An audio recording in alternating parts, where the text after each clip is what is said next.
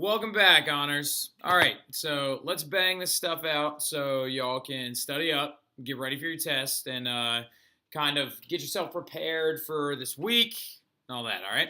So we left off in class talking about Galileo, all right? Now, Galileo is one of the key central figures of the scientific revolution that has been, throughout most of history been, very misinterpreted, very, we like this better? Yeah, we like that better. Very misinterpreted, very used improperly, a lot of different things. He actually also serves as one, his entire story serves as one of the key events and kind of threshold moments where people began to kind of point the finger at the Catholic Church saying it was their fault why science stayed backwards, which is not true. It's flat out not true, right? If you know his story appropriately, he actually serves as a very, very good indicator of why the Catholic Church should not be viewed as this, state of affairs kind of thing that tried to prevent people from understanding things better. All right.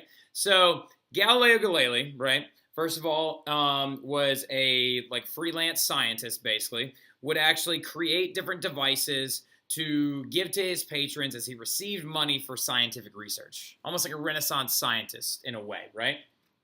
Now, going forward though, he is going to create a lot of different devices that help him kind of observe things better, help him in his theories. They also serve as gifts that he gives back to his patrons, which actually are really, really neat. And one of them being a complex telescope, a telescope that has multiple lenses in it. Because the very first telescope was actually invented by some Dutch guy, but it was very, very simple. It didn't focus, didn't have a very long range, right? Whereas Galileo's, on the other hand, could see great distances, okay? So Galileo is going to use that telescope one day. Instead of actually using it to spot incoming ships, he's going to turn it towards the sky, and he's going to use it to analyze our moon and the moons of Jupiter. Now, the cool thing about our moon that he discovered in so many of his drawings is that the moon is actually not perfect. It is not a heavenly body, quote unquote. It is riddled with impact craters and pop marks and things like that serve as a good example of just different volatile things flying around out in space, right? Now, using the concept of our moon and guaranteeing and showing that it actually does revolve around the Earth, and then using the concept of Jupiter's moons, he actually discovers that, smaller bodies revolve around much larger ones, right? So, if we can prove that the sun is the largest body in this system, it is very, if so facto, obvious that we go around the sun, right? Well, going forward, though, he's going and that's him with his telescope design. He's going to try and publish these findings. Now, going forward, everybody who is anybody has had a history teacher before that has done the Galileo story and said, Galileo published his findings and accused the church of blah, blah, blah, blah, blah. None of that's true. So, Galileo, devout Catholic, very devout Catholic, was actually very, very close personal and professional friends with the Pope at the time, Pope Urban VIII, all right? So Pope Urban VIII actually was approached by Galileo before he ever even decided to publish the findings about a heliocentric orbit, right? And he originally approached him and was like, yo, Urban, I know we're BCFFs, best Catholic friends forever, right? Because they actually knew each other even back when the Pope was a cardinal. And he told him, he was like, I'm going to dedicate this cool little pamphlet that I'm writing about you. It's called The Assayer, right? And it's about a comet that moves around and kind of just talks about different things that fly around out in space. And the Pope was like, all right, cool, man. I really, really appreciate that. And then years go by. And then he decides to take his evidence showing that, that we actually go around the sun and decides to publish those findings. Like, hey, El Papa, I've got some theories, all right? I've got some stuff going on. I want to publish it. How do you feel about that? Well, the Pope, being his confidant, Urban says to him, well, hey, as the Pope, and as our connection speaks to itself, I need you to advocate for the church belief as well, right? Because here's the thing. Was the Catholic Church aware that we weren't the middle of the universe? Yes, they were aware. They knew. They're not dumb, all right? So they knew, but the problem is in the era of the 1600s, you don't have the infrastructure or the ability to spread word quickly about the marriage between science and the faith. Instead, they had to kind of keep their distance from it to avoid anyone pointing the finger and saying, no wonder all those Protestants left and the Reformation happened and right? So Actually, the Catholic Church was very academic and very, very aware, right? So, but he asked him, he was like, look, if you're going to write this book, I need you to also write it with the church perspective in it that says that we were actually in the middle and the things go around us, all right? And so Galileo says, okay, fine, I can do that. So Galileo writes his book called The Dialogue of the Two World Systems. And in that book, he actually creates a narrative that there are three characters involved in. One is a person trying to be convinced by two other people of how the universe actually works. So we'll call him Person X, all right? So Person X is trying to be convinced by the Catholic view and the Galilean view about which universe system works better. Now, the guy who's advocating for heliocentrism and Galileo's viewpoints, it's charming, well-educated, smart, solidly pushing things forward, and has a very fantastic argument. Whereas the Catholic Church arguer is known as Simplicio, which basically means idiot, all right? So obviously Galileo did not give fair credence to the Catholic Church model. So when he decides to publish these things and it goes out there, he is going to be accused of heresy, all right? Because the Pope at the time is just like, oh my gosh, Galileo, why? And is extremely upset, right? So he is going to be brought in front of the Pope and in front of the Inquisition and be tried for heresy. Now, threatened with death and torture, he publicly apologizes and is going to be placed under house arrest, right? And he actually dies under house arrest. Now, some of you also know other things about Galileo. First of all, he's kind of a jerk when you actually look at that story narrative, right? Because he was asked politely not to do that, and he did it anyway. Now, a lot of you, though, already know some other things about Galileo. You know that he came up with the ideas of two objects falling to Earth at the exact same rate. Now, the story you know, though, hold on. Oh, no, we're good. The story you know is the one that he went to the top of the Leaning Tower of Pisa, and he dropped like a small rock and like a large, like a cannonball, and they both hit the ground at the same time, right? He actually didn't do this because he was under house arrest when he came up with these theories. He actually used an inclined plane and a marble, and he would actually measure the distance the marble would cover within like each second, noticing that objects come back to Earth at the exact same speed. Oh my God, the Carolina goalie is having a really rough day. Right? And then he also is going to use the same marbles and cover them in ink and roll them up the inclined plane, and notice that all objects coming back down to Earth move in a parabola fashion, right? And so with his theories, he figures out a lot of amazing things. He does this all while under house arrest. He figures out that, oh, if I throw an object from high enough up in the air and the Earth, since it's a sphere, descends at the same rate of that parabola descension, it'll just keep going all the way around the planet, effectively creating the concept of satellites, right? So he's an amazing thinker, absolutely amazing thinker, and somebody who deserves a lot of credit, and somebody that people said was wrong for a really long time. And ironically enough, his middle finger is preserved and kind of standing straight up in a museum in Italy. So he's kind of like flipping the bird at everyone for the rest of history, which is just really, really funny. I love him. I think he's a really cool character. And then going forward, we have the concepts of the scientific method. Now, there are two people that kind of are given a lot of credit when it comes to the scientific method model. Well, first of all, let's talk about what the scientific method is. First of all, no one really invented the scientific method. It's more of a state of being and a common sense approach to how to create scientific principalities than it is, or principles, instead of a specific set of instructions, right? So the scientific method is going to be invented during this time period, which is a series of steps and analysis to solve a scientific question, right? So science is now going to turn to be based on observation and experimentation instead of church law and kind of general assumption, right?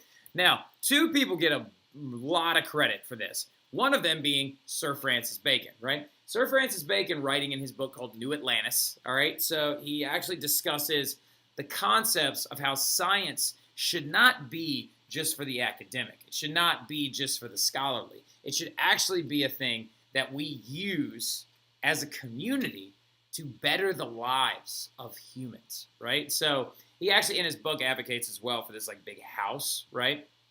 In using a scientific approach in this house for people to be able to approach it, called the Solomon House. To approach the Solomon House, it's got teams and teams and teams of scientists inside of it, and those people just spend all of their time trying to fix the problems of which they are approached with, right? And as they are approached with these issues, then they are fixed, and it's for the betterment of human beings. So fun fact, though, he actually died while trying to perform the scientific method. He actually was riding in a carriage by a country estate when it started snowing. Snow was accumulating all over the ground. He was like, well, snow is cold, made of ice probably, right? So would the snow theoretically keep like meat preserved for longer? And so he runs out of the carriage and he buys a chicken, right? A dead chicken, not a live chicken, because stuffing snow inside of a live chicken would be kind of messed up. And so he buys a dead chicken, right, from this country estate, and he shoves snow inside of it to try and perform the scientific experiment. Now, what he didn't realize, though, is that he should have put his jacket on because he got pneumonia and died. All right, so, but that's what ended up happening to Francis Bacon. Now, Rene Descartes is another completely different thinker. Rene Descartes' big ideas about scientific observation have to do much more with theoretics and the idea of the human mind than they do anything else. Because when you really think about it for about 2 seconds, what is your consciousness? What is your engagement with this video? What is thought? What is any of those things, right? Rene Descartes kind of begins to grapple with the concept that the human mind is an amazing thing. It can contort things, twist things. It can solve problems. It can change the world. It can choose to have this terrible haircut, right? Not my haircut, his haircut, all right? So that is Rene Descartes himself. And one day while sitting around, he's like, wow, man, if my mind can figure out the questions to problems, solve things, and do these amazing things, then how do I know that a mind somewhere else isn't just creating me? How do I know I exist? Is this real? Oh, whoa. So he then begins to grapple the concept of existence, right? And in his theories, he begins to then basically find out, though, he's like, well, wait a minute. I have rational thought. If I have rational thought, that means I have a mind. If I have a mind, I exist somewhere. Maybe not here. Maybe I'm like in a coma somewhere, in a dream state or whatever, right? But I exist somewhere. And his famous quote that actually proves all that is the quote that says, I think, therefore I am, right? Now, he actually has figured out, though, that, granted, as far as you're concerned, you don't know if I have rational thought. But if you have rational thought, there's a good to solid chance that you could be making all this up, right? So that you could be actually been watching this video and I'm just creating concepts and just going and going and going and going, and your mind itself is actually creating all the content, right? Interesting. Don't hurt yourselves out there. All right, so now, big thing too, they created a new math stuff, Cartesian geometry, and then he also came up with this thing called the Cartesian plane, which is actually what you use in algebra all the time, the x, the y-axis graphs, right? So because he was actually laying back on his bed apparently and was watching his ceiling, and a fly was just flying around, and it flew there and then flew there and then flew there, and he was like, well, wait a minute, if I draw lines this way and then this way, I could plot where that fly's landed, right? So, bang, graphs. The man came up with the Cartesian plane watching a fly, right? So then there's going to be massive breakthroughs in medicine, all right? So scientific advancement is not just going to be limited to concepts of, volume, Solomon houses, do I exist? Medicine's going to be a massive one as well. Scientists and doctors are going to begin to dissect bodies and perform autopsies, right? Now, for a long, long time, desecrating a human body was considered very, very, taboo. But actually, quarterbacked by the Catholic Church on this one, they begin to actually perform autopsies and discover how the human form itself is actually constructed. And one of the most famous thinkers in this process is named Andreas Vesalius, right? And Andreas Vesalius created the very first medical books. His very famous one is De Humani Corporis Fabrica. I think that's it. It's a grouping of those words, but basically it means on the fabric of human beings, right? So, and in his book, he actually would show pictures of dissecting bodies. Let me see if I can find a picture really quick. De Humani Corporis Fabrica. All right. So, and in this book, he would actually peel back layers of skin, right, and actually show the way the human form was constructed underneath the skin. He would actually hang them up from ropes and things like that and show how the different parts of the body were actually constructed underneath the skin. Using this information that he found, there's one really cool one where he opened up a brain. Hold on, let me see if I can find it. Oh, that one's really insane. That one's insane. That's one of my favorite ones. Oh, there's the brain one. Nice. That's gross, right? All right, so anyway, now, so fun fact, though, after he writes this book, He successfully discovers muscle structure, internal organs, skeletal structure, circulatory systems, nervous systems, even the heart where it's located, right? So using this like intelligence though, he creates this text, right? The very first copies of his text were actually bound in human skin, right? So, I mean, he had a lot of it lying around. Might as well use it, right? So, anyway, now, you know what an autopsy is. So, this is a really cool device as well. That right there, very first microscope, right? That is a microscope invented by Anton Leeuwenhoek, a Dutch scientist, right? So, there's a big, big debate on who invented the first one. Robert Hooke, Anton Leeuwenhoek. This is Leeuwenhoek's design, and chronologically speaking, if you look at his writings, it actually looks as though that he came up with the first one, right? Now, the way it works is your specimen goes right here, and through this little pinhole right here, you look through the other side, and you can actually see different things at a microscopic level. Now, he actually looked at pond scum, was a big thing that he actually looked at, seeing the little small creatures that would run around in it, and a lot of different other items as well.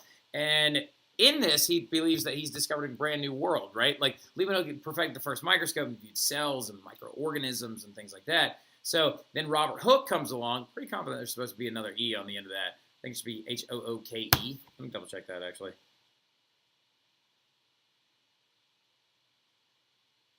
Robert Hooke.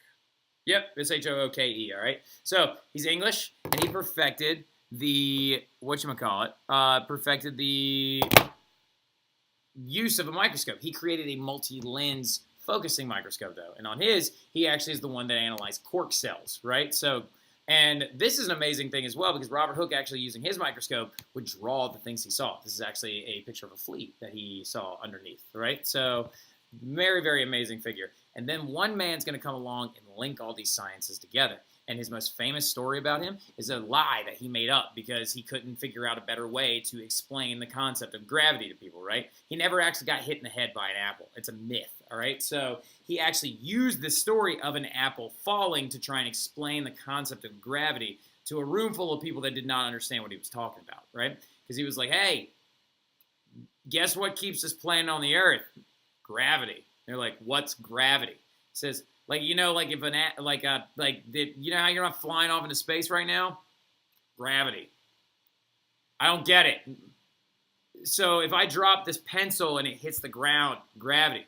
I still don't get it. It's like, if I'm sitting under a tree and I got hit in the face by an apple, something pulled that apple down. The force that pulled it down, gravity. And they're like, oh, I got it. All right, so he's going to use his ideas. Sir Isaac Newton, by the way, was actually knighted by Queen Anne, right? So uses science to explain gravity and form his laws about force, right? Force, of course, giving the ideas of like to every action there is an equal but opposite reaction, right? A body at rest will stay at rest until an outside force acts upon it, et cetera, et cetera, et cetera, right? The laws of thermodynamics, energy. He even creates calculus. Don't ask Gottfried Leibniz if he created calculus or not because he'll flip out. But Isaac Newton successfully used his ideas about gravity, light, things like that, to take all of the scientific principles and link them all together, right? So, a very amazing figure, even though nobody liked him. He died alone, like 80-something years old.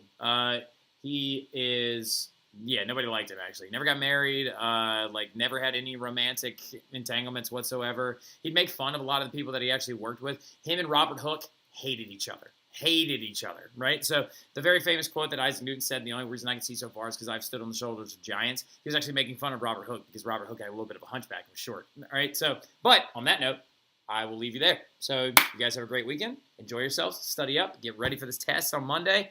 I'll see you guys later. See ya.